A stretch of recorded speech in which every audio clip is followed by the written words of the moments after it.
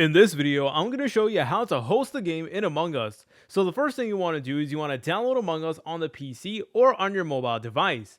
And you need to go ahead and log in. Anyways, once you're done with that, please go ahead and select on play. Then you want to go ahead and select on online just like so. Then you want to go ahead and select on create game just like this. From here, you guys can select whether you want to play the classic Among Us mode or the hide and seek mode, which is actually a newer game mode of Among Us if you haven't caught up recently.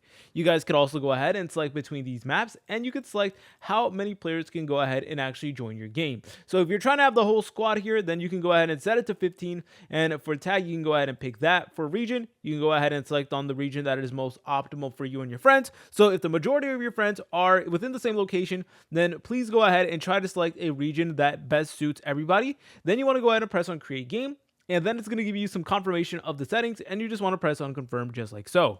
All right, now from here you're going to get something that looks like this. So what you need to do is you need to give your room code over here, and you want to copy it and you want to paste it and then send it to all of your friends. And then your friends need to enter it into Among Us, and then they should be able to go ahead and join you. Now you'll notice that over here it will say private, and when it says private, that means that only players who have the code can go ahead and join you. But if you want anyone online to like play with you, then you can go ahead and set it to public right over here, and that basically allows for anybody on the internet to go ahead and join you.